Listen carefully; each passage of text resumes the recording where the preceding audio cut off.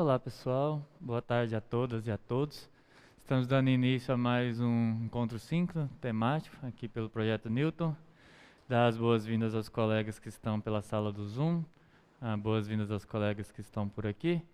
A primeira, eu vou mostrar para vocês algumas coisinhas ali no Zoom.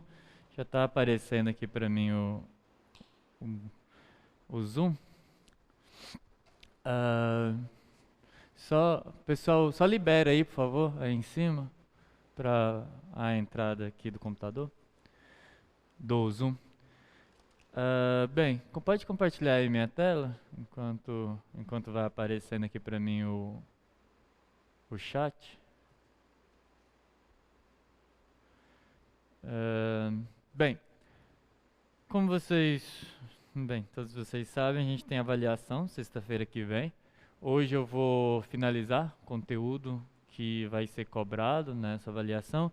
Sobre o que estiver acontecendo no chat, vocês só aguardam um minutinho, porque ainda não está tendo retorno aqui para mim, mas já aparece. Enquanto isso eu vou dando os recados e depois eu peço para vocês repetirem as dúvidas, tá? Uma coisa que eu vou insistir bastante, estou quase convencido a fazer isso sincronamente com vocês, é que eu preciso que vocês respondam esse formulário, tá? Eu preciso que vocês me indiquem qual o formato de avaliação que vocês querem realizar, porque como eu disse na quarta-feira, isso é importante para o planejamento da prova. As provas presenciais, elas são rodadas nominalmente, então eu preciso saber quem vem presencialmente, e a prova que é remota, eu preciso do quantitativo de alunos para saber quantas salas que a gente vai precisar, simultâneas. Então tem toda uma questão logística e eu preciso mesmo que vocês respondam isso aqui para mim hoje, tá? Então vocês vão entrar aqui e é um questionário, para quem já respondeu, é uma coisa muito rápida. Vocês só vão ter que colocar se vocês querem presencial ou remoto. Caso presencial, vocês precisam de uma foto ou do print daquele comprovante de vacinação.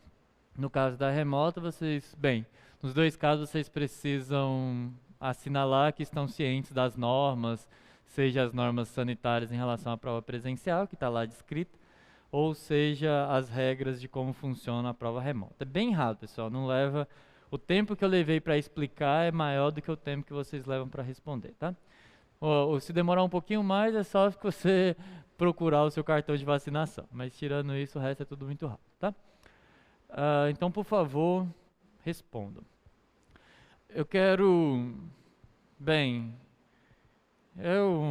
Tipicamente, classicamente, alunos, e eu também era assim, vai deixando a atividade, né? Ela olha a data final, e aí a mente já calcula como fazer isso no instante final. Mas dado que a gente tem muitas atividades e uma avaliação na sexta, pessoal, eu sugiro fortemente que vocês não façam isso, tá? Tentem, pelo menos nesse final de semana, já completar a lista de exercícios, no máximo até a segunda-feira. O conteúdo vai encerrar hoje, então tentem tirar aí o final de semana. Depois do dia 17, vocês não vão ter férias, mas pelo menos vai ter um recesso aí de pelo menos 2 semanas, então gastar uma energia agora. Imagino que em outras disciplinas também está na mesma situação. Gastar um pouquinho agora para depois vocês descansarem, tá? Então não deixem de fazer a lista não. Até porque todas as listas são muito importantes, mas essa em especial, ela foi pensada para já começar esse processo de revisão de vocês, tá? Então, se vocês observarem, a questão número 1 não é conteúdo desse ciclo de atividades, ela não está aí à toa, tá? É porque como eu já tenho reforçado desde quando eu fiz essa apresentação, isso é um tema que é clássico nas avaliações de cálculo 2, então resolvam. Essa daqui é bem tranquilinha, né? Lembrem como é que faz. Isso aqui é a aplicação do teorema da função implícita, tem umas 3 condições que vocês precisam testar para saber se é ou não. Na letra B você tem uma regra da cadeia, se você observar aqui, uma derivação que em certos lugares funciona pelas regras clássicas de derivação parcial, e tem um ponto aqui onde você precisa mostrar que sabe a definição, né? Sabe usar a definição. Tentem praticar, vocês fizeram muito isso, fizeram isso comigo, fizeram isso com os monitores, até mais. Então tentem fazer aí, lembrar das informações, tá? Uma das coisas, e como eu disse, vocês têm bastante atividades até o dia da avaliação. Uma das coisas que eu acho muito importante quando vocês estão preparando para fazer uma avaliação, principalmente uma avaliação que tem muito conteúdo, é que vocês façam um resumo das coisas, conectando aquilo que é importante em cada tipo de resolução, tá? Então, deixa eu colocar minha carinha aí para não ficar, deixar assim, que aí vocês põem minha cara aí, para não ficar muito. O que acontece? Uma coisa muito importante é que vocês tenham um resumo, que vocês conectem as coisas, os passo a passo. Cálculo é uma disciplina que, em muitas das coisas, vocês precisam de uma sequência de procedimentos até você chegar na resposta final. Então, se vocês observarem, o estudo dirigido, ele é um estudo dirigido que ele é comum a todos vocês. Tem lá um questionáriozinho para vocês autoavaliarem, se vocês estão sabendo aí das coisas. E tem uma atividade final que é, de fato, um resumo. Eu sempre sugiro que esse resumo seja feito de forma, vai ser redundante, mas de forma realmente resumida, tá? Resumida no sentido de não ser aquele texto gigante que você vai fazendo, escrevendo definição, escrevendo teorema, que seja uma coisa mais prática e de fácil consulta. Então, eu sempre sugiro no formato de um mapa mental, se vocês observarem até, deixa eu ver aqui, eu até fiz um modelo para vocês, é só uma sugestão, tá? Se você tem outra forma de fazer isso, não tem problema, você pode submeter na forma que você achar mais interessante, mas o que eu sugiro em geral, para aparecer eu vou ter que colocar aqui com um pouco mais de autorização, mas deixa eu só mostrar aqui para vocês. Eu faço sempre um modelinho. Deixa eu ver se eu consigo dar um zoom aqui, só um minuto. Deixa eu ver. Tá, agora deixa eu só dar um zoom. Se vocês observarem, bem, isso aqui é só um modelo que eu fiz para vocês verem que tem umas formas um pouco mais resumidas de você colocar o conteúdo. Então eu preparei aqui para vocês um resumo sobre funções vetoriais. Bem, uma função vetorial é uma função que sai de um intervalo da reta, vai no Rn, coisas importantes. Bem, o vetor tangente, ele é dado derivadas ponto a ponto, você usa o vetor tangente para encontrar a reta tangente, a equação é essa, a integral definida dessa forma, tudo aquilo que que eu falei para vocês de funções vetoriais. Então você faz um resumo curto, e é um resumo que te permite lembrar as fórmulas, o passo a passo, o que está conectado. Para chegar na reta tangente, eu preciso do vetor tangente. E aí tem uma série, esse aqui foi um modelo, mas o que é para vocês fazerem em relação ao conteúdo da avaliação, tá? Que no caso é a parte de funções de várias variáveis. Por isso que eu fiz o modelo de funções vetoriais. Então isso é uma sugestão. Tem que ser desse jeito? Não precisa, tá? Se você tem uma outra forma de resumo e tal, é porque, infelizmente, alguns alunos ainda chegam à graduação ainda sem muito hábito de muitas técnicas de estudo, tá? Existem técnicas de estudo que facilitam bastante tanto memorização quanto retomadas. Mapas mentais são bons para criar conexões, principalmente em processos que exigem muitos passos.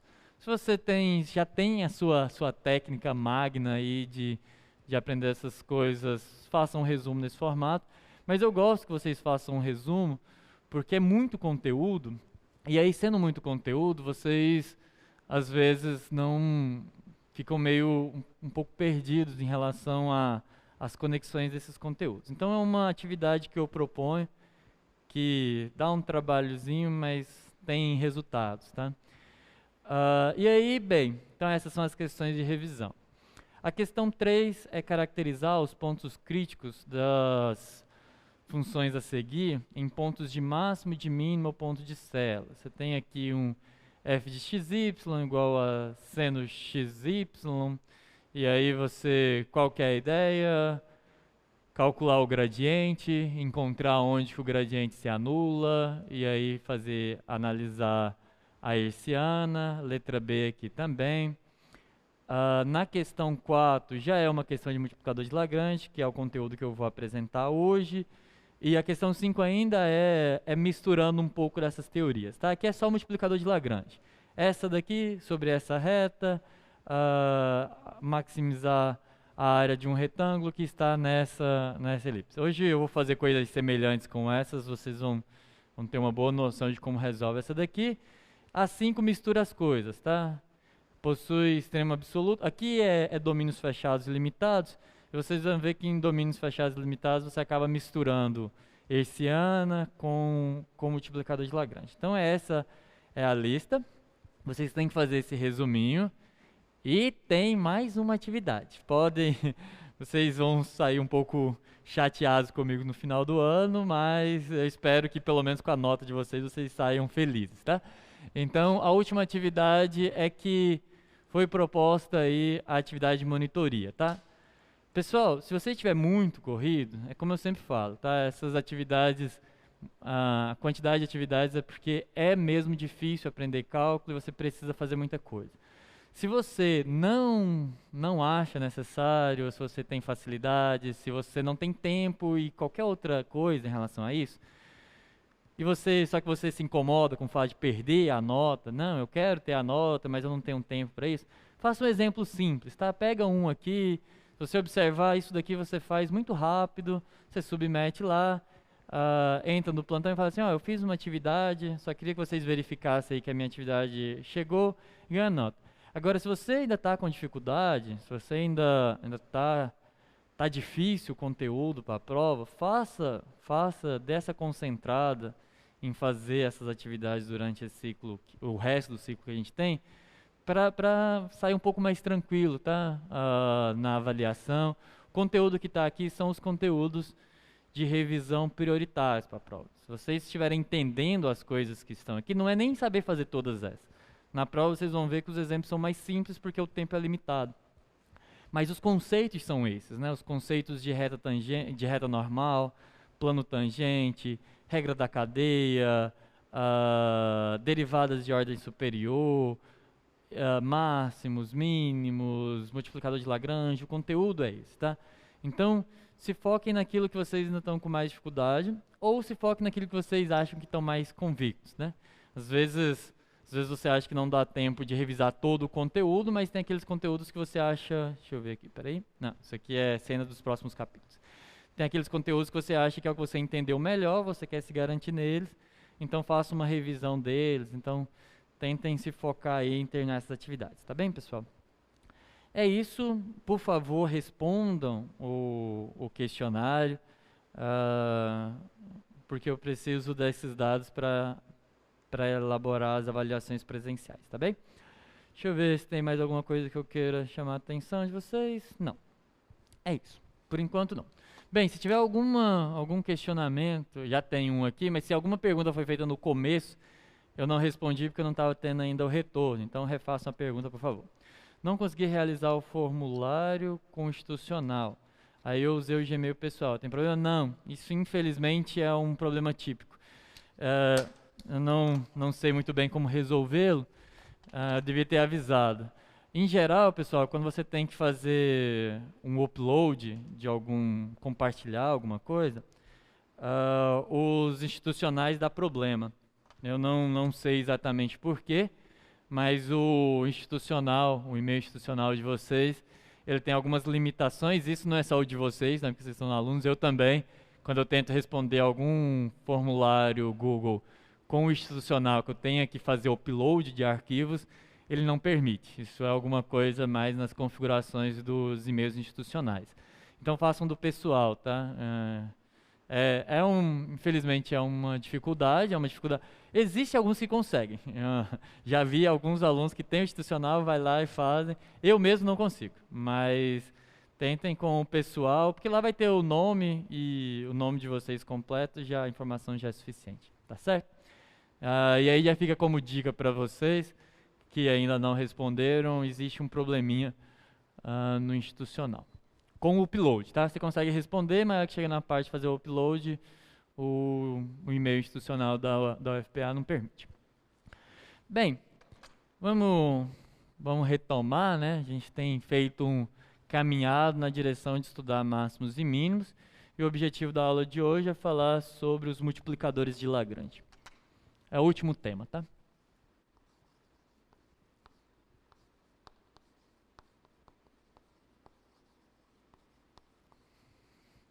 Multiplicadores de Lagrange.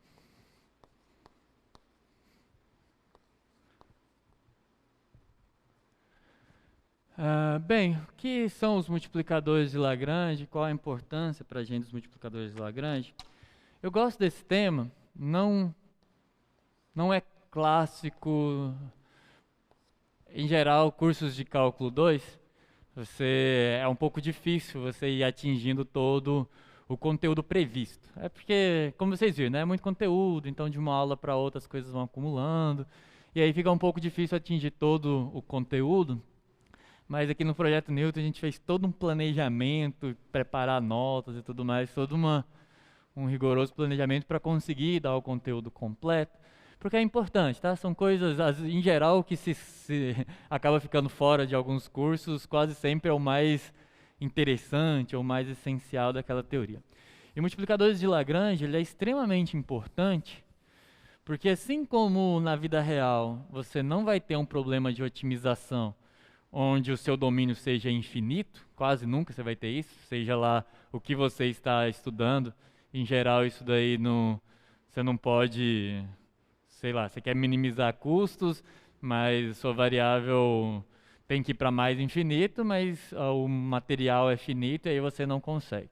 Então, assim como nas aplicações da vida real, quase nunca você está falando de domínios infinitos, em geral, uma coisa que acontece muito é que você tenha uma segunda restrição. Isso acontece na economia, quando você quer otimizar lucros e tudo mais, mas restrito a determinadas curvas de consumo, de gastos. Isso acontece na engenharia, quando você quer otimizar a resistência de um determinado material, e você também tem outras funções que colocam essas restrições. Então, em geral, quando você vê o cálculo 2 aplicado, quando você vê otimização, de fato, você vai ver multiplicadores de Lagrange. Ele vai ter um papel muito importante. É um pouco... quando você enuncia, e eu vou fazer isso em breve, quando eu enunciar o multiplicador de Lagrange, fica um pouquinho complexo entender por que aquilo é verdade. Então eu vou começar desenhando e tentar convencer vocês de algo. Eu, inclusive, já fiz esse desenho. Eu vou repetir o mesmo exemplo, porque geralmente quando você vê pela segunda vez fica mais claro, né? Eu fiz, no finalzinho da aula passada, eu considerei uma função f de xy igual a x ao quadrado mais y ao quadrado. Essa é o paraboloide.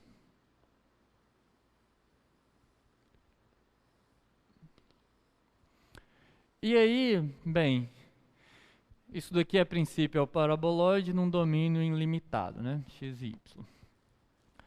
E aí, uma das coisas que eu falei era o que acontece se eu venho aqui no domínio. Vou estender um pouquinho mais o domínio, só para eu conseguir fazer o desenho. Se eu venho aqui no domínio e eu coloco uma restrição no domínio, uma restrição para os valores de x. Você pode pensar isso de duas vezes. A minha restrição que eu apresentei para vocês era uma elipse. Entenda que esse desenho aqui é uma elipse que está no plano XY, tá? Deixa eu desenhar aqui do lado só para vocês irem acompanhando a ideia. Isso aqui é uma elipse e ela mora no plano XY. Bem, se aqui é A e aqui é B, então essa elipse é a elipse dada pela equação x ao quadrado sobre a ao quadrado mais y ao quadrado sobre b ao quadrado é igual a 1. Se aqui é A e aqui é B. Essa é a equação geral de uma elipse, tá? Por que é isso? Porque quando o seu y é zero, você está aqui sobre o eixo x, os pontos que satisfazem são mais ou menos A, tem o A aqui, e aqui eu teria menos A, e quando você zera o x, você está sobre a reta vertical, e os pontos que satisfazem é o 0b e o 0 menos b. Então essa elipse é isso, e é isso que está desenhado aqui, embaixo, tá? E aí, você tem dois problemas associados aqui. Primeiro, é você tentar encontrar... Lembra que depois que eu apresentei os métodos que usa, a derivada segunda, a hessiana, eu falei do teorema dos extremantes. O que é o teorema dos extremantes? Ou o teorema de Weierstrass.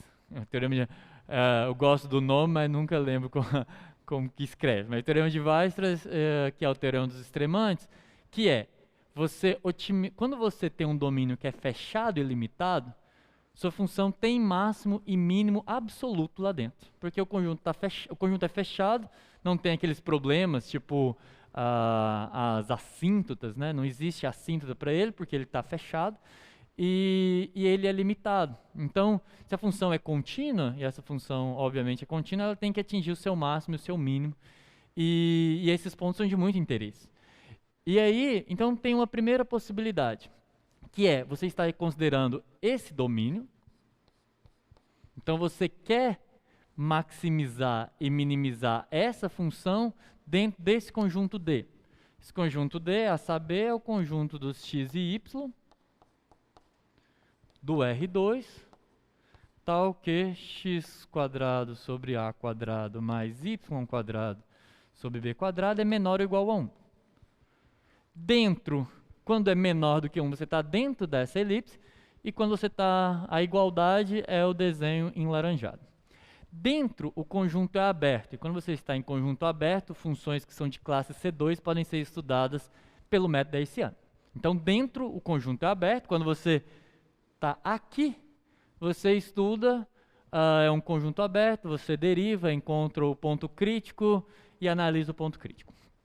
Quando você está na igualdade, quando você está sobre, o teorema dos extremos, ele diz o seguinte, olha, se você está num domínio fechado e limitado, e a sua função é contínua, então vai existir o máximo absoluto e o mínimo absoluto. E como você encontra? Primeiro você tenta os pontos críticos. Você encontra os pontos críticos e avalia a função nos pontos críticos. Nem precisa, quando for esse o caso, você nem precisa da hessiana. Você encontra o ponto crítico e olha qual que é a função. Por que isso funciona aqui? Porque o conjunto é fechado e limitado. Não existe uma quantidade infinita desses pontos. Então você pode testar. Você tem lá 3 pontos críticos, testa nos 3 e vê qual que é o maior deles. Bem, só que o teorema diz o seguinte. Primeiro, se você tiver um ponto no interior do seu conjunto onde a função não possui gradiente, onde as derivadas parciais não existem, e aí para lembrar de um exemplo onde isso acontece, eu falei para vocês esse exemplo aqui.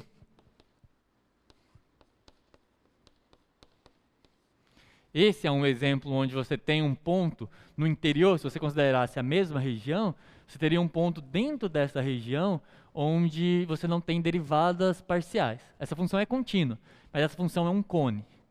Ela tem esse desenho. E por ter esse desenho, ela não possui plano tangente aqui no vértice. Não tendo plano tangente, esse é um ponto onde ela não tem derivadas parciais. E aí você teria que considerar esse ponto, calcular a função nesse ponto, na hora de analisar. E aí, além de considerar nesses pontos onde a derivada parcial não existe, você ainda precisa avaliar na fronteira. Se a fronteira é simples, por exemplo, quando eu dei um exemplo, eu falei de uma fronteira que seja, por exemplo, um quadrado. Se a fronteira é um quadrado, é mais fácil de avaliar, porque um quadrado, desde que ele esteja alinhado com o plano, se você pensa em algum quadrado que está bem paralelo aos eixos, ele é fácil de analisar porque você fixa uma variável nesse tipo de quadrado, cada um dos segmentos que compõem os seus lados, tem uma das variáveis fixas. Por exemplo, se aqui for 1 e 1, então você teria 1 e varia só no y, depois você fixa 1 no y e varia só no x. Esse tipo de caso você não precisa de multiplicador de Lagrange, porque você vai, tem a fronteira é relativamente simples, você joga dentro da função e consegue calcular. Teve casos assim, na lista tem casos parecidos. Mas quando a fronteira é mais complexa, ela não dá para você joga lá dentro os elementos que satisfazem e tenta calcular assim. Uma das tentativas, um dos métodos que é bem mais simples, é multiplicador de Lagrange. É possível resolver esse tipo de coisa sem multiplicador de Lagrange? É. Como que seria? Bem, você quer saber o máximo dessa função sob essa restrição. Então você poderia tentar, uma tentativa seria, vem aqui nela, põe uma variável em função da outra. É claro que isso não é possível ser feito sempre, mas por regiões você consegue, você escolhe a raiz positiva e a raiz negativa, certo?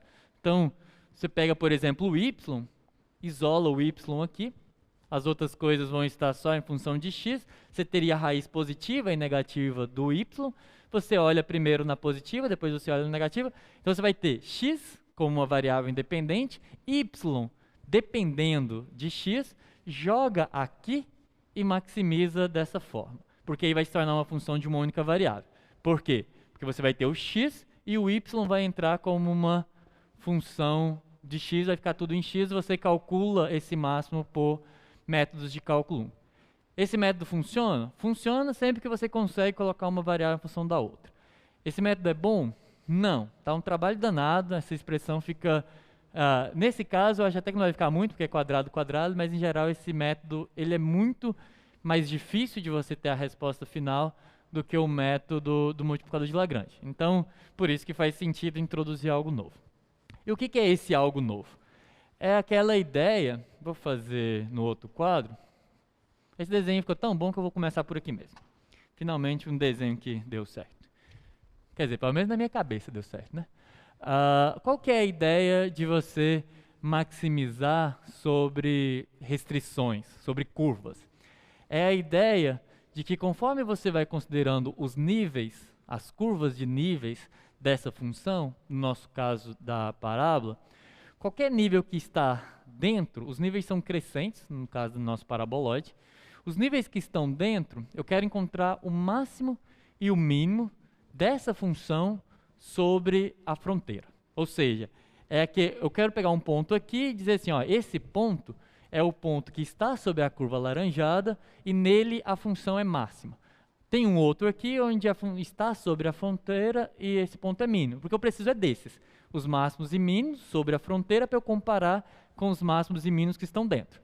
Todo mundo concorda? Se eu encontro os máximos e mínimos que estão na fronteira, os máximos e mínimos que estão dentro, o menor deles é o mínimo absoluto e o maior deles é o máximo absoluto.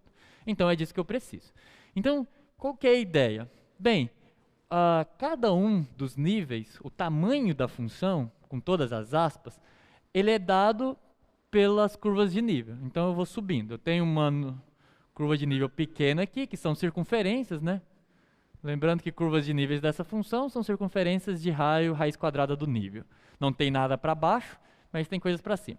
Então, quando você vai colocando as circunferências aqui dentro, todas as circunferências que estiverem internas à elipse, elas não podem cumprir o papel de ser o mínimo sobre a fronteira, porque está dentro. Se você tem uma circunferência, a primeira circunferência que tocar na sua elipse, ou seja, a primeira circunferência que tangenciar a sua elipse, ela tem que ser o menor nível da função sobre a elipse, concorda? Porque os que estão lá dentro não têm interseção, não é imagem de pontos na fronteira. Todo nível que está lá dentro, ele não é imagem de nenhum ponto que está na fronteira, porque ele é a imagem dos pontos que estão no interior. E aí, quando você começa a abrir essa circunferência, você percebe que tem uma primeira que toca. A primeira que tocar na elipse, ela vai ser o menor valor da função sobre a elipse, nesse caso. Aí, mas bem, como a elipse não é uma circunferência, eu estou pensando, pega um A e um B aqui diferente, como ela não é igual, vai só tangenciar por dentro e eu vou conseguir abrir. Eu vou começar a ter um desenho que se comporta assim, eu tenho uma elipse, aí eu tenho uma circunferência que está dentro da elipse, aí eu começo a ter circunferências que cortam a elipse em mais de um ponto, e na hora de procurar o máximo, bem, o máximo é a tangência por fora, vamos dizer assim, a última das circunferências que ainda toca na elipse. Então é a que tangencia, certo? É essa circunferência que faz isso. Por quê? Porque a hora que eu passar para o próximo nível, ele já não toca mais, então ele não é imagem de ninguém na fronteira. Então esse nível aqui seria o nível mínimo sobre a fronteira, e esse daqui seria o nível máximo. Então a ideia é essa. E a ideia do multiplicador de Lagrange é essa. Agora, como que isso é feito na prática? Como é que você consegue determinar esses pontos de tangência? É o seguinte, vamos considerar duas funções. Pode deixar eu desenhar um pouquinho? Se você tem a função f de xy, que é a nossa, x² mais y². E você tem uma outra função. Bem, a curva que eu disse para vocês é a curva x² sobre a² mais y² sobre b² igual a 1. Então eu vou pensar nessa função aqui. x² sobre a². A é um número aqui, tá? Eu vou fazer genérico, mas se vocês quiserem, depois eu particularizo para um nível, tá? O que eu estou querendo? Eu quero que uma curva de nível 10 seja tangente a uma curva de nível 10. Eu quero saber aonde acontece isso. Tenho duas curvas e eu quero que elas sejam tangentes, que é exatamente o nosso desenho. Elipse é curva de nível 10, né? Circunferência é curva de nível 10. Então, o que eu quero saber é onde que acontece as tangências, né? Eu quero saber quando que a elipse tangencia nas circunferências. Nas circunferências que vem daqui, tá? Não estou falando uma circunferência qualquer, não. Então, é esses pontos aqui que eu quero determinar, que é quando as duas curvas são tangentes. Bem, mas o que eu sei sobre as curvas de nível 10? A qualquer nível que você toma, isso aqui é um nível K,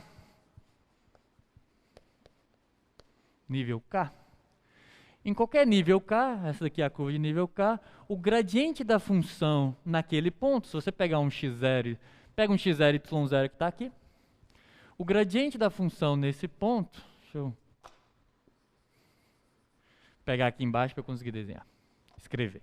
Bem, o gradiente, ele é perpendicular à curva tangente. O gradiente, esse é o ponto x0, y0, e aí o gradiente de f em x0, y0, ele é perpendicular a essa circunferência. Vamos chamar isso aqui de curva S. S1, tá?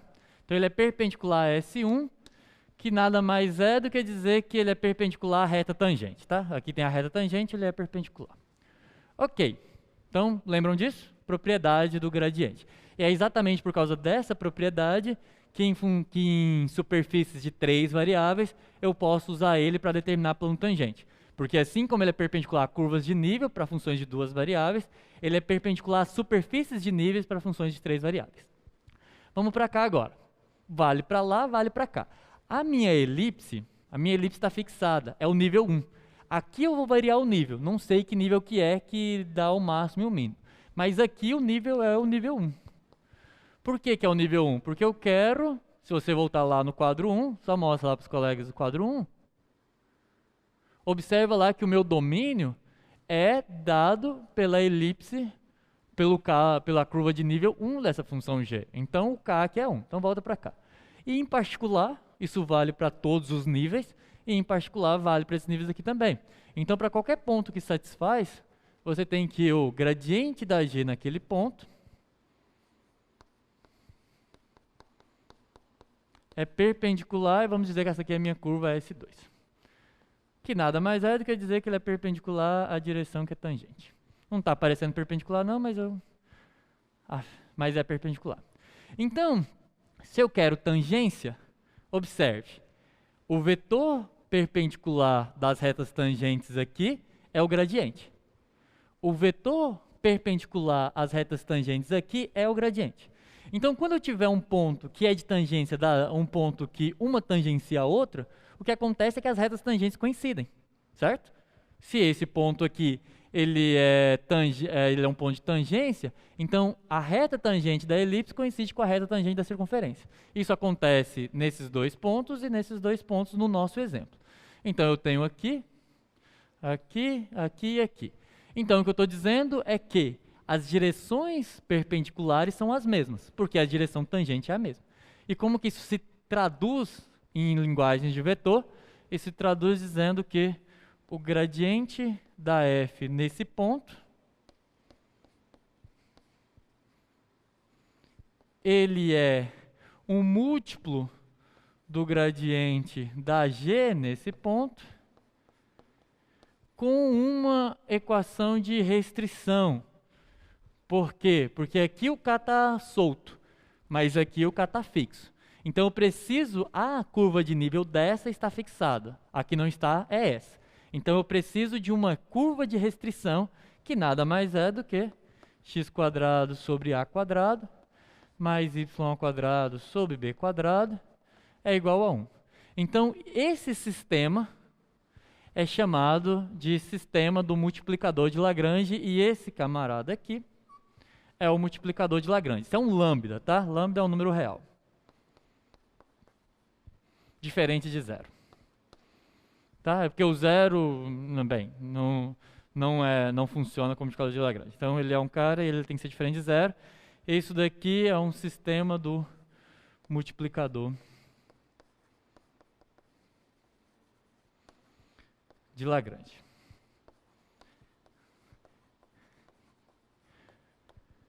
E é muito, bem, e aí é uma opinião, é muito bonito a justificativa.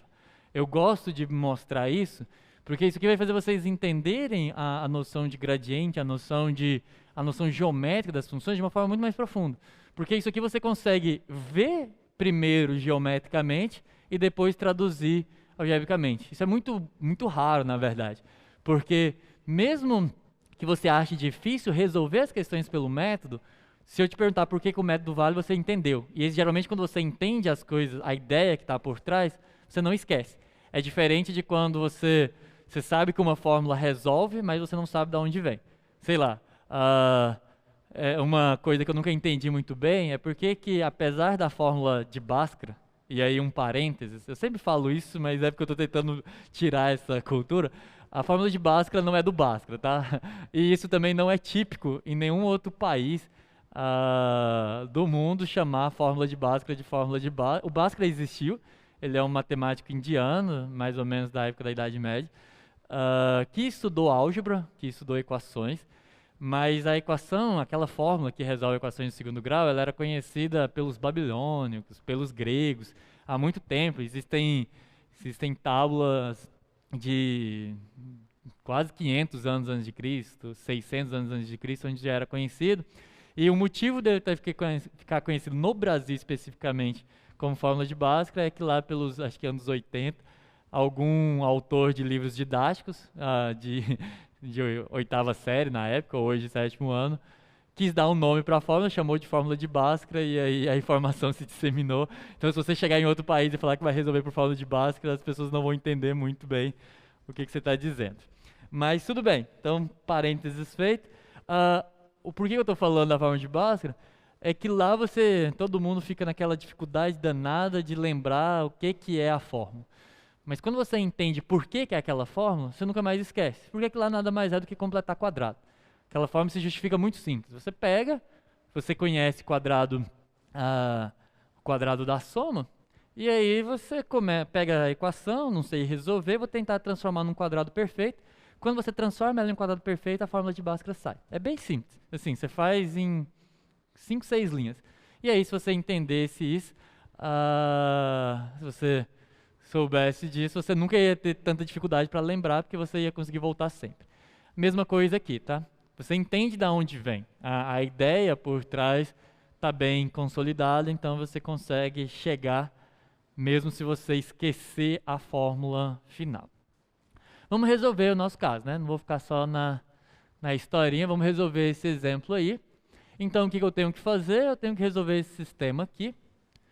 Gradiente da f de xy igual a lambda vezes o gradiente da g de xy, com a restrição de que x² sobre a² mais y² sobre b² é igual a 1. Resolvendo, bem, passando para cá, você teria gradiente da f de x é 2x 2y é igual a lambda, que multiplica o gradiente da g de x. Volta lá no quadro 1, só para os alunos entenderem o que eu estou fazendo. Quadro 2, perdão, quadro 2. Os dois funcionam, pode ser esse aí mesmo. Bem, nos dois tem a fórmula. É a derivada, o gradiente da f, 2x, 2y, e o gradiente da g, esse a e b são constantes, tá? Então vai ficar 2x sobre a quadrado, 2y sobre b quadrado, e isso com a restrição de que x quadrado sobre a quadrado mais y quadrado sobre b quadrado é igual a 1. Então você tem que encontrar esse lambda, né? Ele é que é o seu... Encontrando ele, você vai encontrar os x e y que satisfaz essa igualdade. Então, para não escrever naquela forma vetorial, eu vou descrever isso como sendo 2x é igual a 2 lambda x sobre a quadrado, 2y é igual a 2 lambda y sobre b quadrado, e você ainda tem a equação que me diz que x quadrado sobre a quadrado mais y quadrado sobre b quadrado é igual a 1. E aí aqui é que a coisa dá uma enrolada, não nesse caso, mas em geral vai ser aqui que a coisa vai pegar um pouquinho. Como resolver o sistema. É porque de fato a gente não tem muita prática de resolver sistemas de equações que não são lineares. Então, vocês já começaram a fazer isso para encontrar gradiente, vão ter que, quer dizer, para encontrar zeros do gradiente, vão ter que fazer um pouquinho aqui também. Esse caso é relativamente simples, vou fazer por uma técnica, ela nem é necessária aqui, mas eu vou fazer por uma técnica que geralmente funciona em coisas quadráticas, tá? Você voltar para a restrição aqui, então você fazer manipulações que façam a restrição aparecer. O que eu vou fazer? Eu vou multiplicar a primeira linha por x, vou multiplicar a segunda linha por y, e vou somar as duas. Então observe, eu vou ficar com 2x quadrado é igual, estou multiplicando a primeira por x, vou fazer devagarzinho, é igual a 2 lambda x quadrado sobre a quadrado. Quando eu multiplico essa por y, então aqui eu fiz multiplicação por x, aqui eu vou fazer multiplicação por y. Por quê? Porque funciona. E como que eu vou saber se funciona? Só com prática, tá? 2y quadrado é igual a 2 lambda y quadrado b. E aí, bem, eu não vou nem reescrever a restrição aqui porque vai aparecer. Agora eu vou somar essas duas. Vou fazer uma soma aqui dessas duas. Isso vai me dar que 2x quadrado mais 2y quadrado é igual... E aí você observa que por que eu estou fazendo isso? Porque eu quero inserir essa informação dentro do meu sistema de equações. Quando eu somo essas duas, eu fico que 2 lambda que multiplica x quadrado sobre a quadrado mais y quadrado sobre b quadrado. E aqui entra a minha restrição, porque eu disse que isso aqui é igual a 1. Então esse passo me permite determinar que 2x quadrado mais 2y ao quadrado é igual a 2 lambda. 2 lambda. Aqui está certo, aqui 2 lambda. Mas professor, isso não encontrou o lambda. Não, isso aí já é suficiente, porque você tem um 2 lambda aqui. Então, bem, uma das formas de você resolver isso, agora que você sabe que o lambda é dessa forma, você pode... vamos lá. Deixa eu substituir aqui por 2 lambda. Então, bem, se 2x é igual a 2x quadrado mais 2y ao quadrado, que é o valor do 2 lambda, né? Vezes x vezes a quadrado, isso vai... deixa eu ver...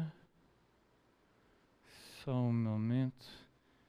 Como eu disse, dá um trabalhinho, mas vamos lá.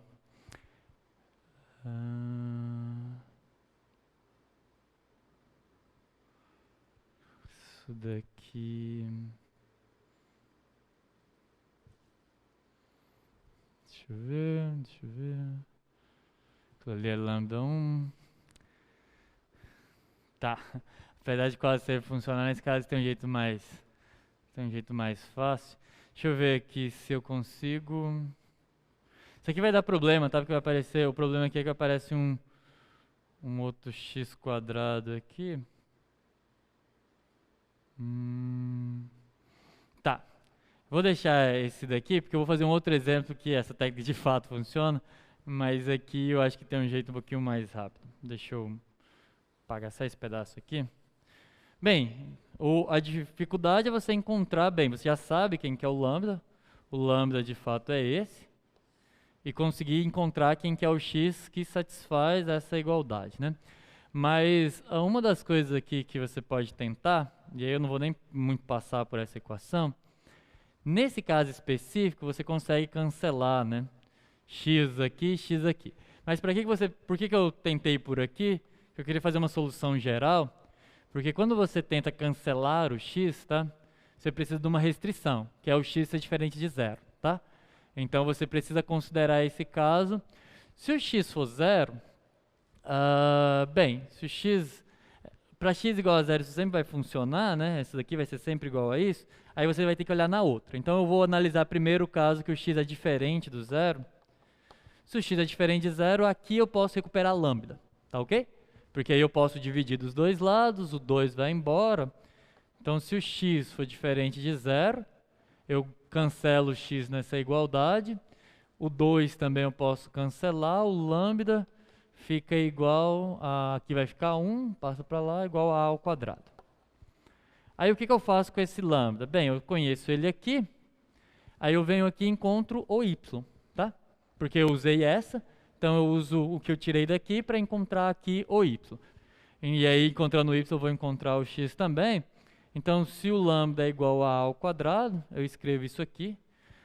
Então, eu vou ficar com 2y. Aqui não dá para fazer essa suposição também que o y é diferente de zero, tá? Porque senão é muito restritivo. Aqui tem que manipular, levando em consideração que ele pode ser zero. Então, eu vou ficar com 2a quadrado y sobre b quadrado.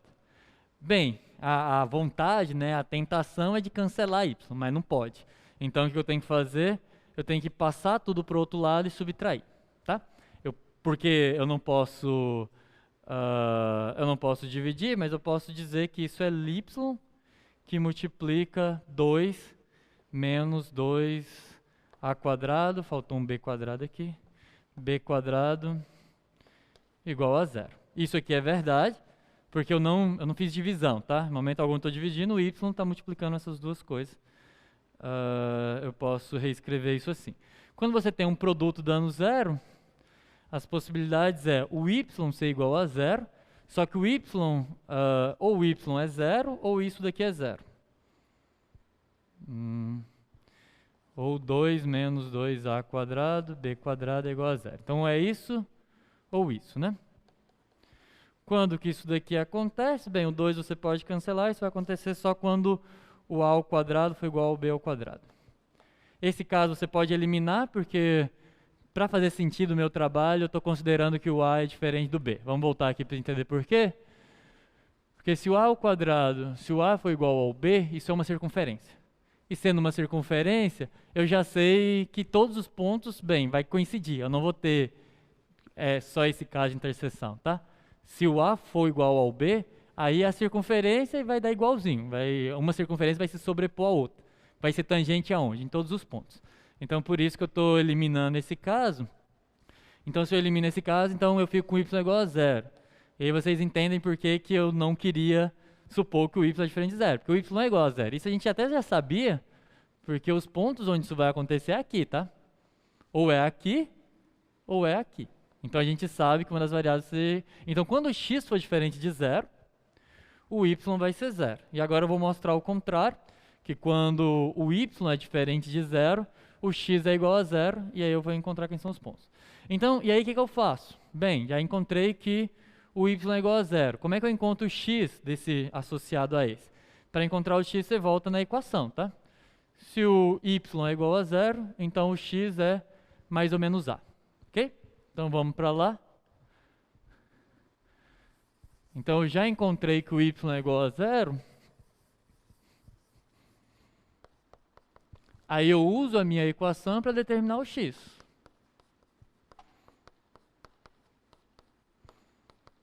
O y estou dizendo que é zero, isso implica que x ao quadrado é igual a ao quadrado, que implica que x é igual a mais ou menos o a.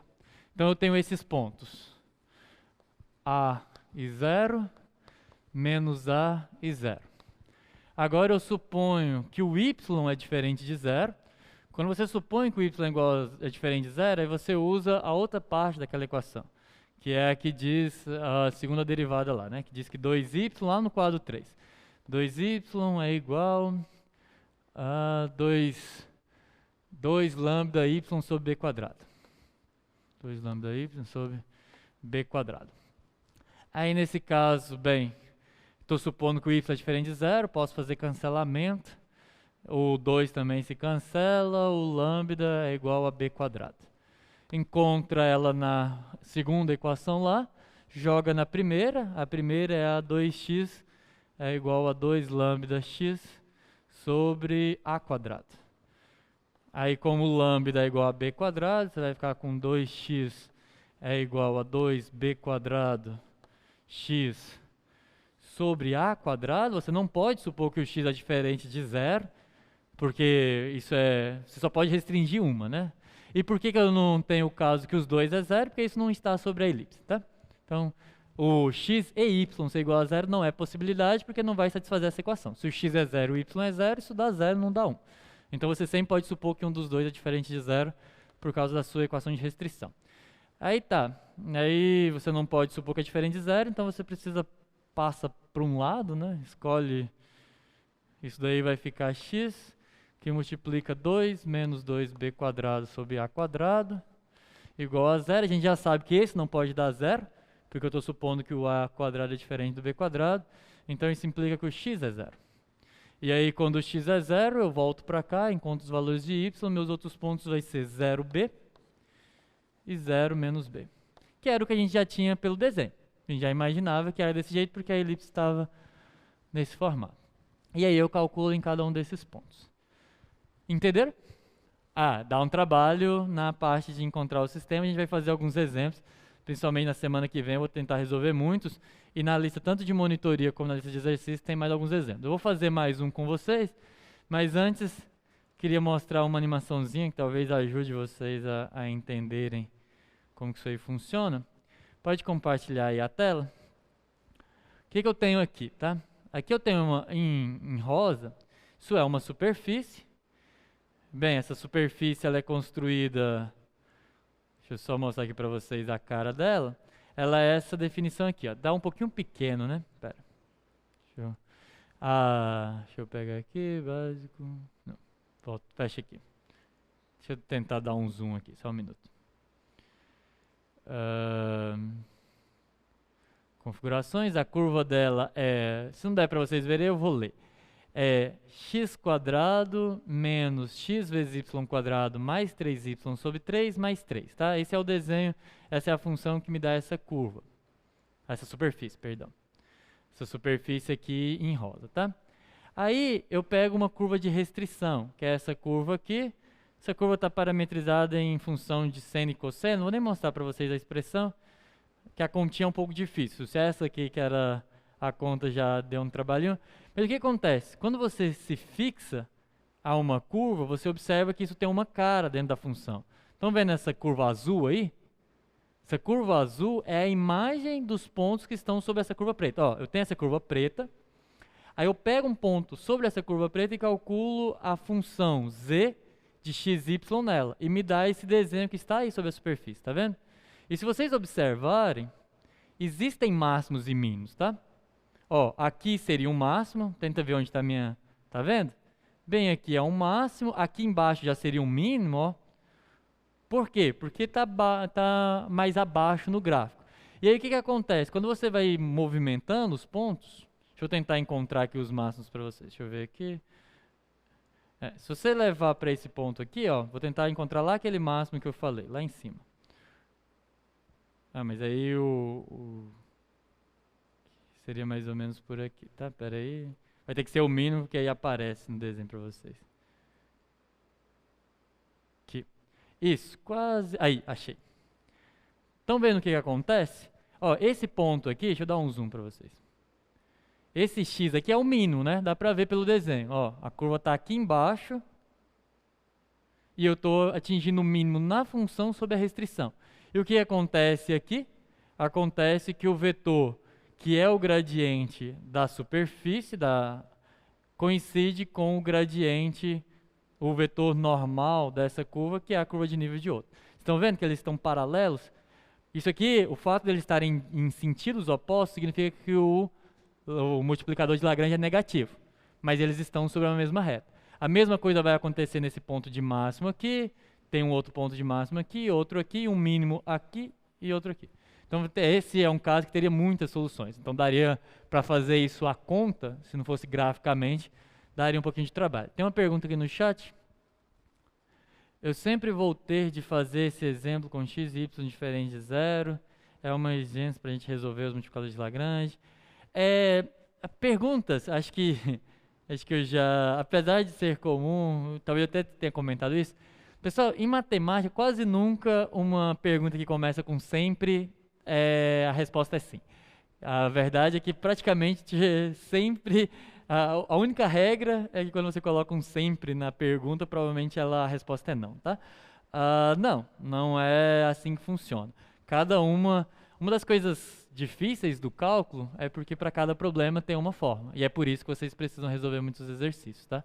É diferente, bem, se você me perguntar no ensino médio, em geral, sempre valia, né? Pode perguntar.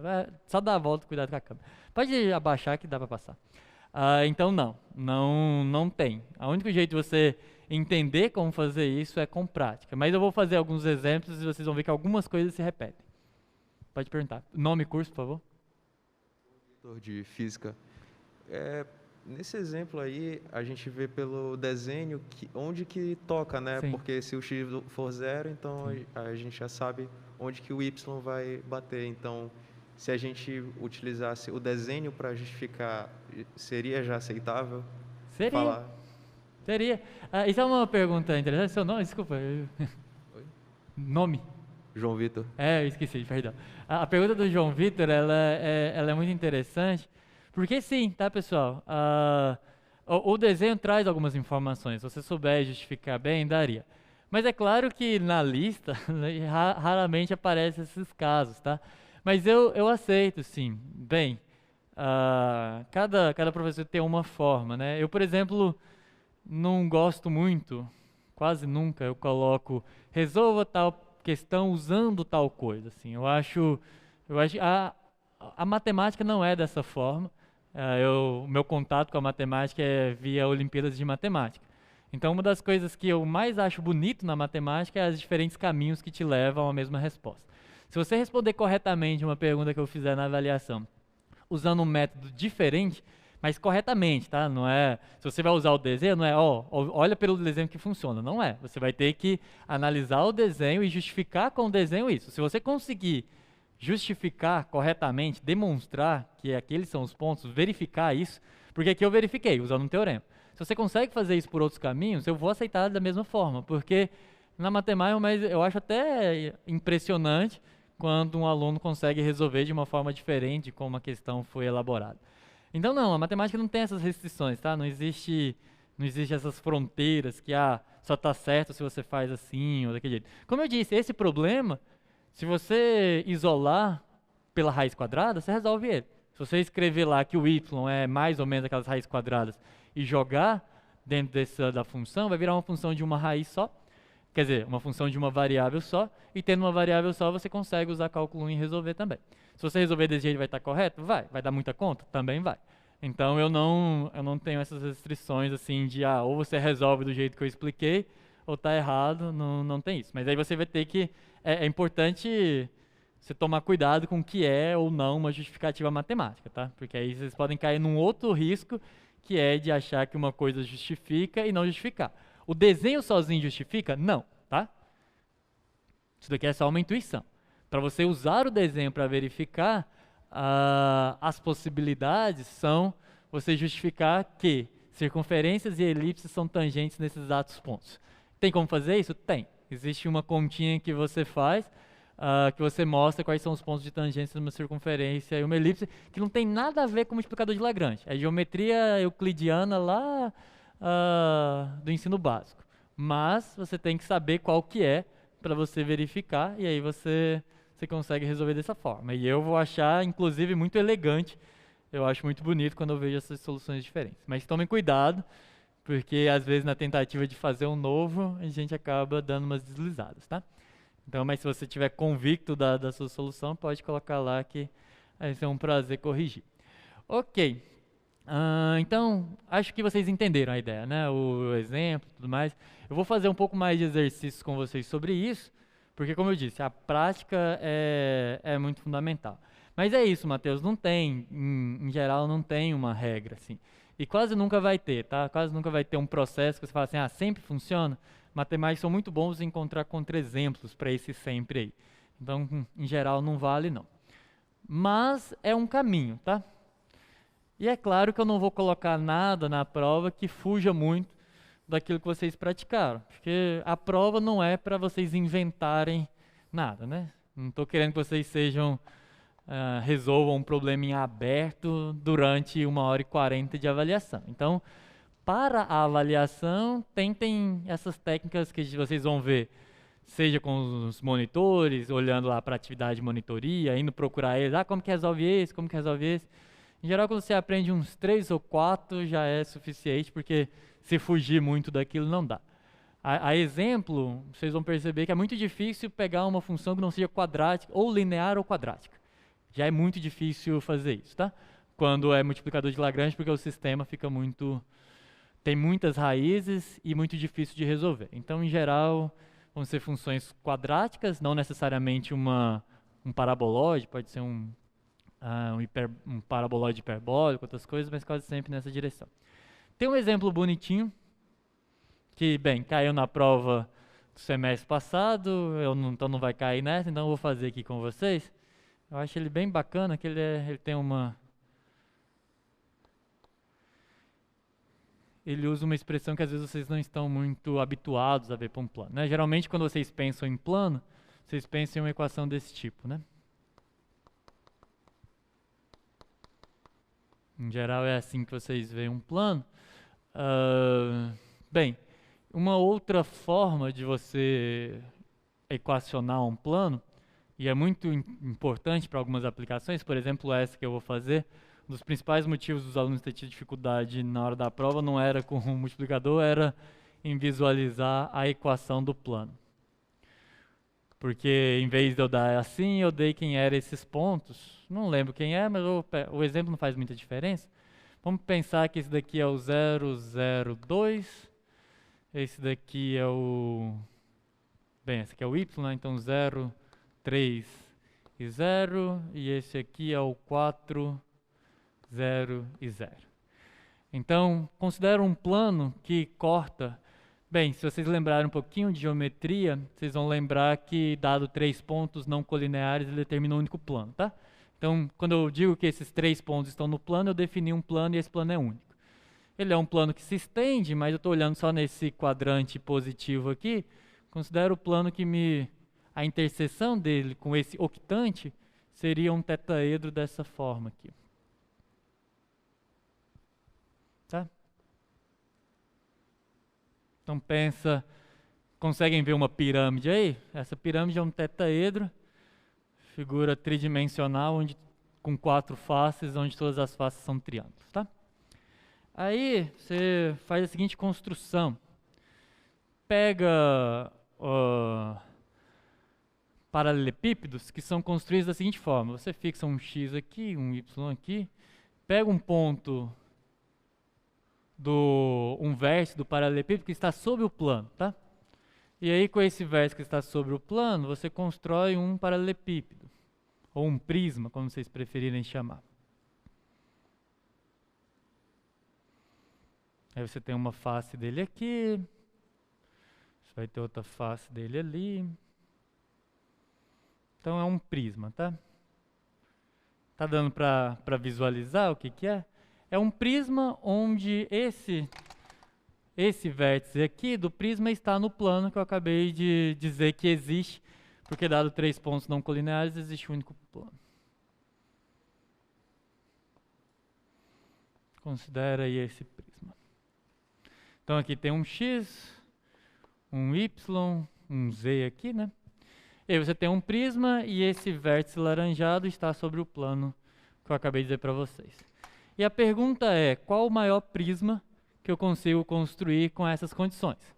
Ou seja, Observe que conforme você vai andando com esse pontinho aqui sobre esse plano, essa face daqui do meu tetaedro, eu vou mudando os prismas. E eu quero o prisma que tem o maior volume e que está lá dentro. Ok.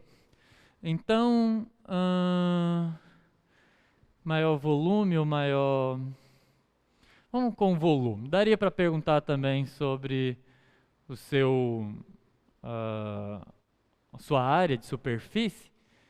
Vamos, acho que com volume, na prova eu acho que eu pedi área de superfície, mas vamos com volume mesmo. É bem semelhante as duas construções. Então, qual que é a ideia aqui? E aí você olha para um problema desse, e esse problema é multiplicador de Lagrange, mas aí já é um pouco mais difícil, né? Você precisa pensar um pouquinho para ver que funciona. Qual que é a ideia? Bem, a ideia é a seguinte, primeiro eu preciso da equação daquele plano. Qual que é a equação de um plano quando eu dou 3 pontos? Vocês poderiam pegar vetores, acho que lá na lista 1 de vocês tinham 3 pontos, construíam vetores, fazia produto, pegava 2 deles, fazia vetorial e tudo mais. E aí alguns alunos tentaram fazer isso e foi quase o tempo todo, mas não precisava.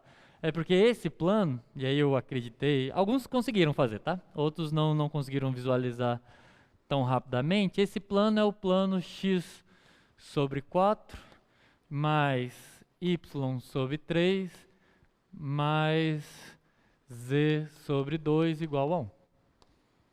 Era basicamente a maior dificuldade foi chegar nessa equação. Essa é uma equação clássica para trabalhar com planos quando você conhece os seus pontos de interseção.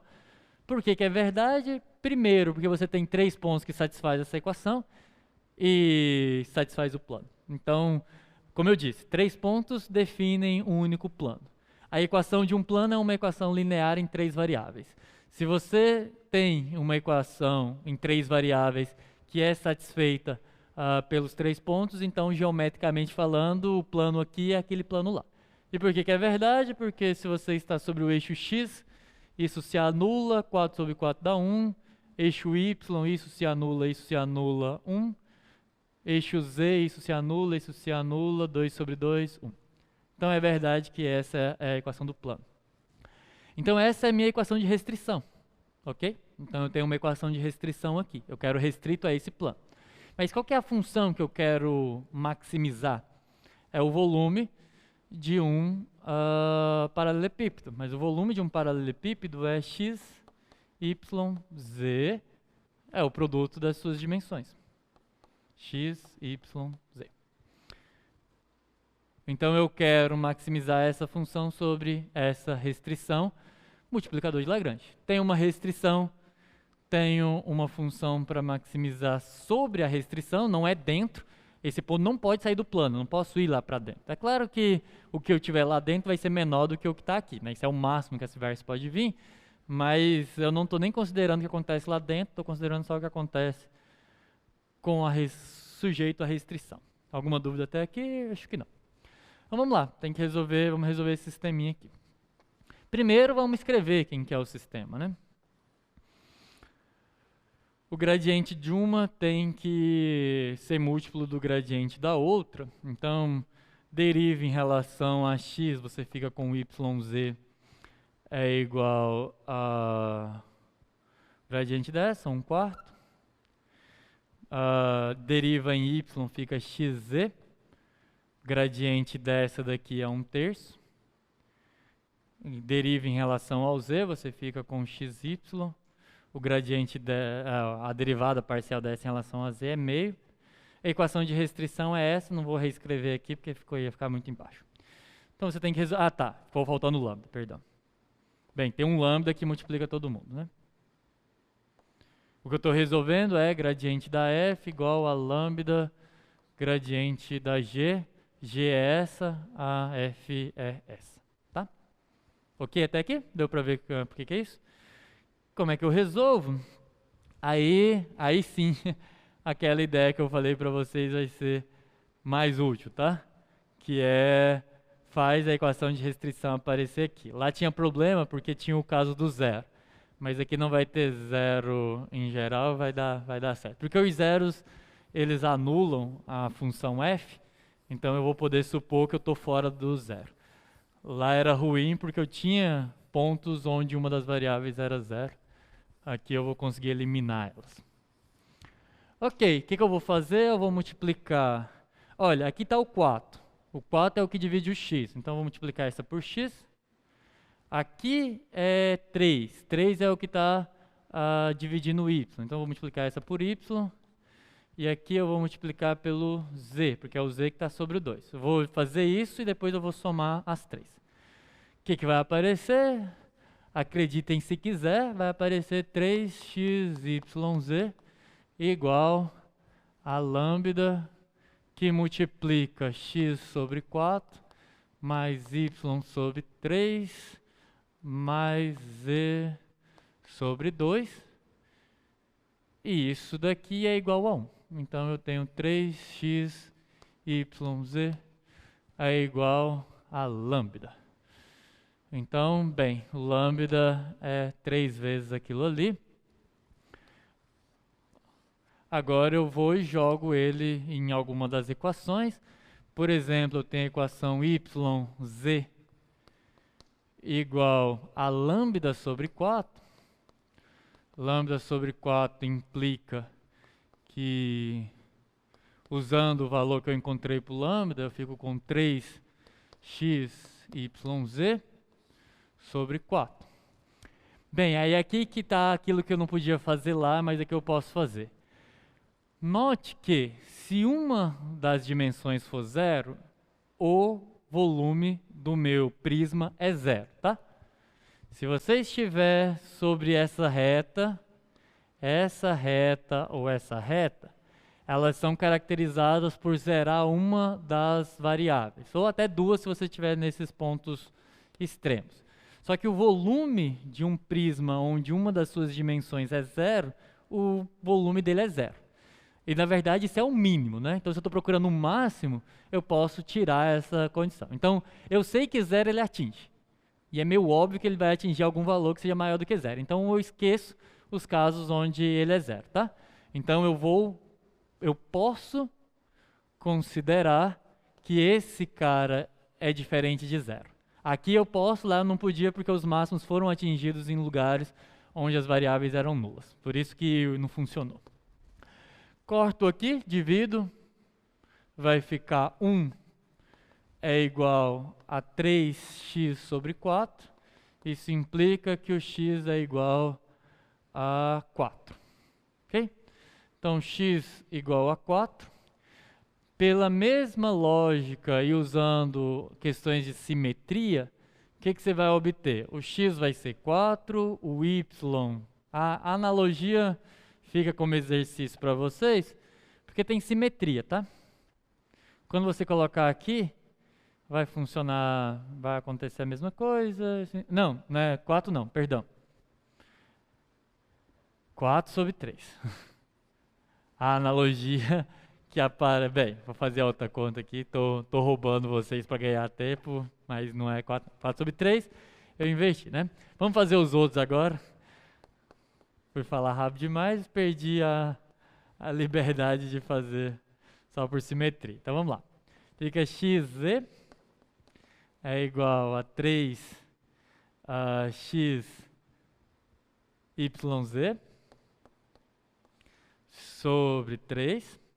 De novo, pela mesma observação de que isso aqui pode ser considerado diferente de 0, não que o caso 0 não esteja na fronteira, mas porque ele você analisa separadamente. Você pode dizer só assim. Note que se x ou y ou z for 0, o volume é 0. Então, estamos desconsiderando essa possibilidade. Estamos considerando que todas as variáveis são diferentes de 0. Isso te permite fazer um cancelamento aqui. O y, nesse caso, dá 1. Tá ok? Dá 1 porque esse 3 cancela com esse 3. O x e o z eu estou cancelando porque estou supondo diferente de 0. Faz a última conta. Você fica com xy é lambda sobre 2. Então, você tem que xy é 3xyz sobre 2. Não vou repetir a mesma coisa, vocês já entenderam. Então, z é igual a 2 sobre 3. Tá? Então, são esses os valores, e aí você encontrou o volume máximo. O volume máximo é F de 4 terços, 1 e 2 terços, isso dá 4 vezes 2, 8 sobre 9. Essa é a resposta final. Difícil? Fácil também não é, né? Também não vamos apelar. Não é muito difícil, mas também não é muito fácil. Os valores dos pontos x e y não estão trocados no gráfico. Ah, tá. É porque aqui é meu eixo x e aqui é meu eixo y. Por quê? Regra da mão direita, tá? Quando eu desenho desse jeito, é o x que vai para lá. Regra da mão direita. I vezes j dá k. Então, pela regra da mão direita, não gosto porque sou canhoto, mas é assim que se é feito, então eu tenho que respeitar. I vezes j dá k. Então, aqui que está o x, tá? A regra da mão direita, você pega... Isso aqui vale, tá? I vetorial j é igual a k. Enquanto que o contrário daria menos 1. Então, para que isso aqui seja satisfeito, o desenho correto é esse. O I, pega lá, né? Tem que ser assim. O I vai no j, o k para cima. Se eu escrevo...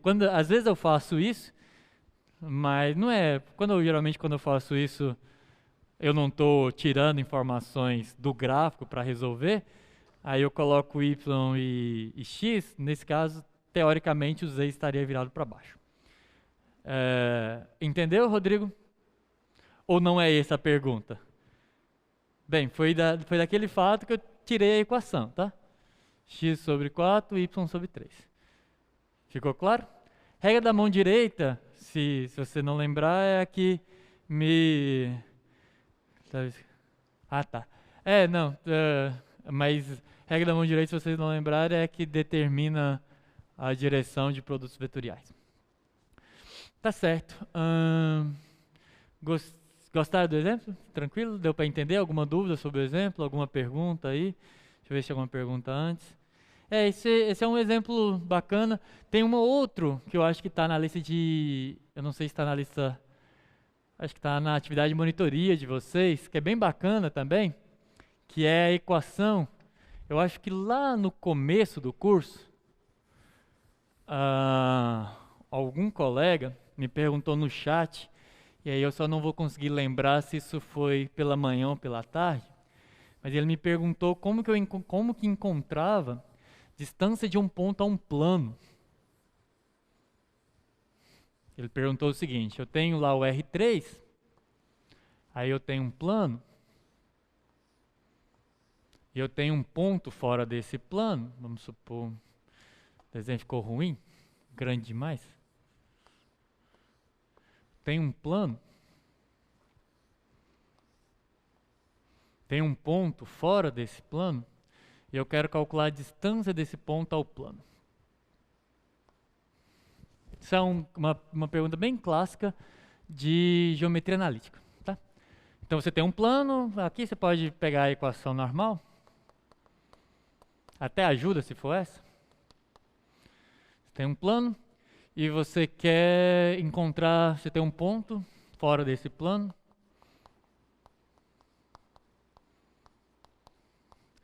E você quer encontrar a distância. Distância, bem, é perpendicular. E aí, se você já viu geometria analítica, você vai lembrar uma fórmula lá que é difícil até, mas isso é multiplicador de Lagrange também. Deixa eu ver se o tempo... Acho que dá tempo. Como é que você faz? Bem, o que você quer? Você quer minimizar distância, tá? Então você quer... Como que você calcula a distância de pontos? Então, a distância de P a um XYZ qualquer, tá?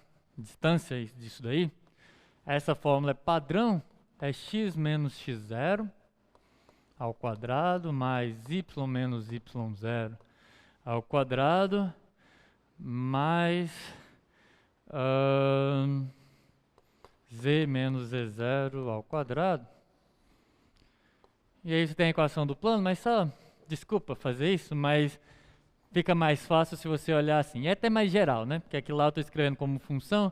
Vamos fazer assim: ax mais by mais cz mais d igual a 0.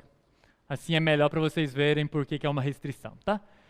Então, se você quer encontrar a distância do ponto até o plano, o que você quer é minimizar essa função sobre essa restrição. Consegue ver? Isso daqui calcula a distância do P a qualquer ponto do R3. Mas você não quer a qualquer ponto do R3, você quer sobre pontos do R3 que estão no plano. É claro que você tem caminhos assim, mas o que você quer é o menor. E o menor é o mínimo disso, sob essa restrição. Então, você tem a restrição, você tem a função, dá uma continha, porque, bem, o gradiente, o ruim aqui é só o fato de ter essa raiz quadrada. Só que aí, bem, de forma bem malandra, de forma bem... Você pensa o seguinte, né? Se a raiz quadrada é ruim, o que eu faço? Eu elevo ao quadrado. É assim que a gente faz toda vez, tá? Quase sempre que você tiver uma raiz quadrada, se possível, se não atrapalhar a sua conta, eleva ao quadrado e fica mais fácil. Porque lembra que se você tiver que derivar e fica uma raiz, aparece aquele cara no denominador, é meio feio derivada de raiz quadrada. Então, mas vamos ver se vocês concordam comigo, é que se eu tenho o mínimo desse, eu também tenho o mínimo do quadrado, né? O mínimo que isso aqui atinge é o mesmo mínimo que o quadrado atinge. Só você pensar que a raiz é tipo um cone e o quadrado é tipo uma... É tipo não, né? É um paraboloide. O mínimo não muda, tá? A única coisa que faz é ficar mais bem comportada. Quando você eleva ao quadrado, você tira esse problema de diferenciabilidade aqui. Então, em vez de minimizar essa, você minimiza o quadrado dela. E o que minimizar o quadrado vai também ter minimizado. Põe um zero aqui só para diferenciar. Também vai ter minimizado a outra, então fica x menos x0 quadrado, y menos y0 quadrado, z menos z0 ao quadrado. Essa é bem melhor para calcular, inclusive, porque aí você fica com um sisteminha que é relativamente amistoso, né? Diferente do que você teria com essa raiz aqui. Deriva em x, vai ficar 2, que multiplica x menos x0. Bem, a derivada de dentro é 1, tá? Então dá isso. Isso vai ser lambda. Deriva essa expressão em relação a x, então lambda a. Ok? Faz a outra. 2y menos y0. Isso vai ser lambda b. Depois você faz 2z menos z0. E isso aqui vai dar lambda c. Qual que é a ideia? A mesma, tá? Multiplica... Você vai ter que... Você tem que encontrar... Ah, não, que na verdade... esse é mais fácil. Esse aqui é bem mais fácil até. Mais fácil porque você já tem o lambda, né? Então, o lambda... Você tem mais de um valor de lambda. Você vai ter... Isso aqui é bem imediato, tá, pessoal? Você encontra o lambda quase que... As possibilidades quase que de imediato. Porque... Pera, deixa eu pensar um pouquinho. Pensar um pouquinho para não falar besteira, né? Deixa eu ver. Você quer encontrar o lambda... tá, você vai precisar sim da equação. Então você multiplica aqui por x, y, z. Quando você somar, esse cara vai dar menos d. E aí você vai ter o seu cara, tá? Então vai ficar o lambda. Quando você fizer essa continha, multiplica por x, multiplica por isso, multiplica por d, você vai ficar com lambda que multiplica menos d, tá? Porque ax mais by mais cz é essa parte.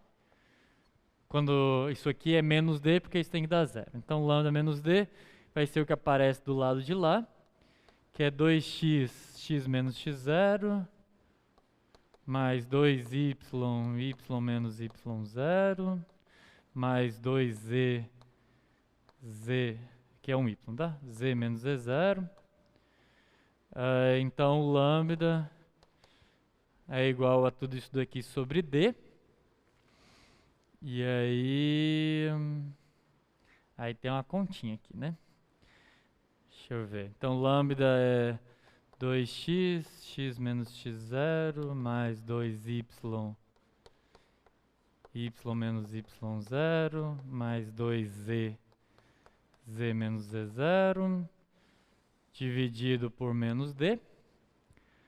Se você substituir aqui, sem o x, você vai ficar com a vezes aquilo, 2x você pode dividir. Tem uma continha aqui, isso aqui dá trabalho, tá, pessoal? Pelo tempo um pouco avançado, deixa eu ver. Devia ter colocado essa nas notas dos professores. Deixa eu pensar aqui rapidinho. Eu quero...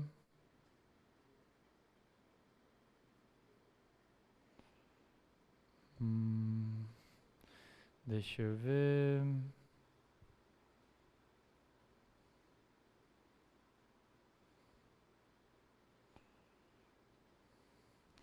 Quem que é o lambda aqui?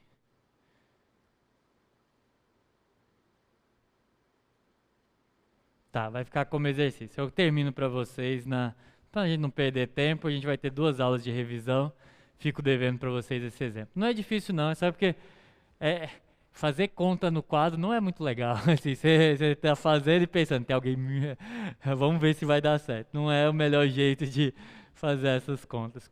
Mas na segunda-feira eu trago para vocês. Não é difícil não, mas também não é tão simples. Só precisa encontrar quem que é o lambda aqui para encontrar os valores de x. O x... Pois é. Esse é um exemplo clássico. Se vocês olharem até no livro texto de vocês, provavelmente tem. Acho que eu vou acrescentar ele nas notas dos professores. Lá nos nossos professores está faltando um com 3 variáveis assim. Vou terminar de fazer e vou acrescentar ele lá. Mas a ideia é essa. Já é 1h38. O que mais eu queria falar? Bem, mas entenderam como é que é a ideia, né? Só que a dificuldade, em geral, é resolver esses sistemas, tá? E aí foi aquilo que eu falei pro Matheus. Não existe uma regra que sempre funciona. Não vai adiantar você fazer assumir que o x é diferente do x0. Cada sistema é um sistema, e por isso que é complicado. Ele é muito eficiente, mas você precisa de umas certas particularidades. Mas na segunda-feira eu vou completar com vocês, só como que encontra aquele lambda. Não se esqueçam de resolver, responder o questionário, tá? Façam isso durante o almoço, é bem rapidinho, para mostrar aí. Então, quem não estava no começo da aula, ainda está faltando muitas respostas em relação à primeira avaliação, mesmo entre os que, têm acompanhado o curso e que eu imagino que irão fazer a prova. Então, respondam.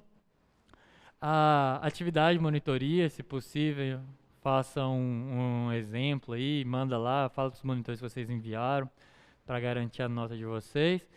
E também a lista de exercícios, tá? A lista... Agora vocês já têm condições de fazer toda a lista. O que vai acontecer aqui? Que é multiplicador de Lagrange, tá?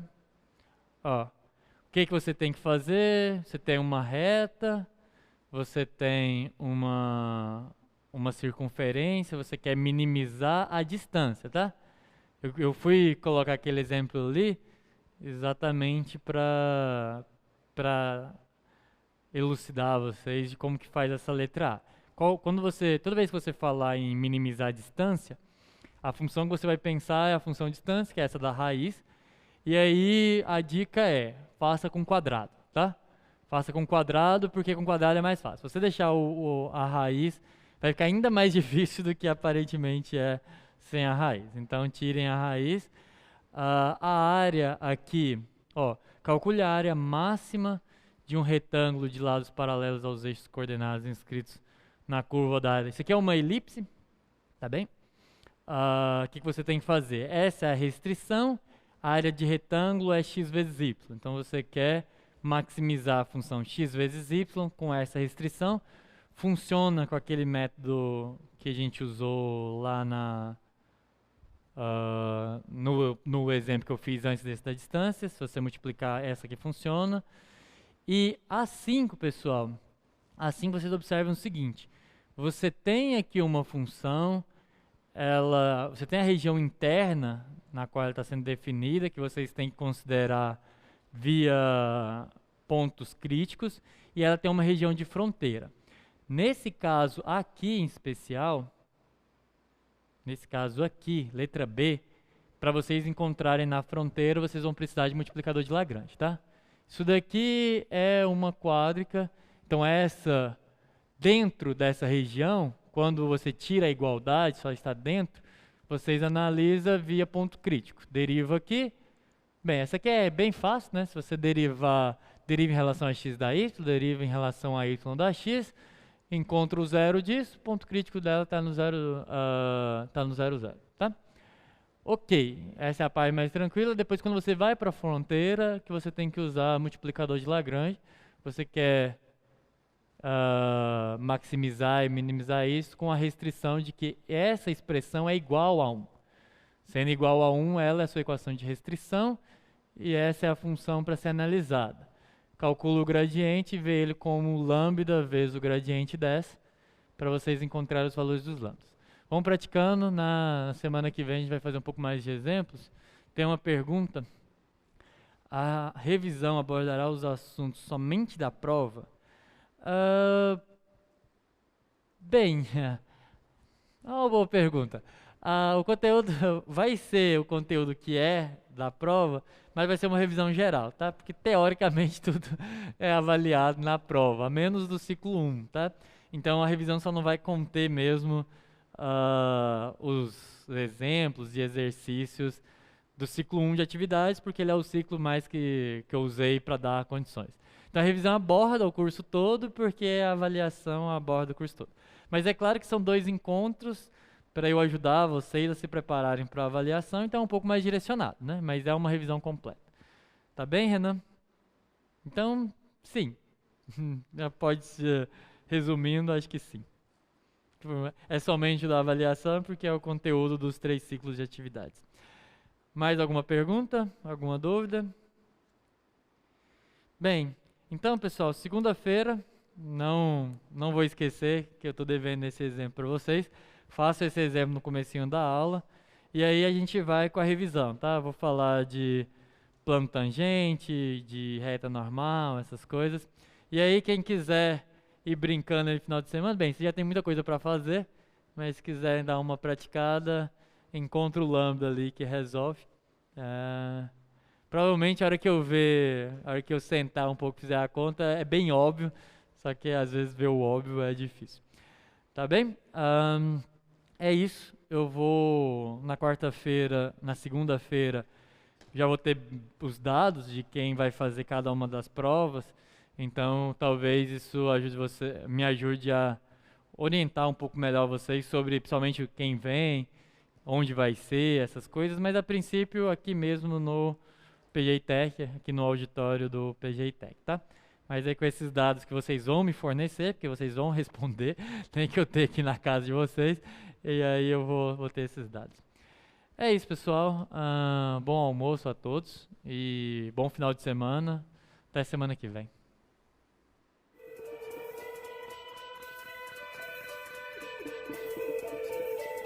O que você achou da aula de hoje? Ainda ficou com dúvidas? Procure os monitores do projeto. Eles estão prontos para ajudar.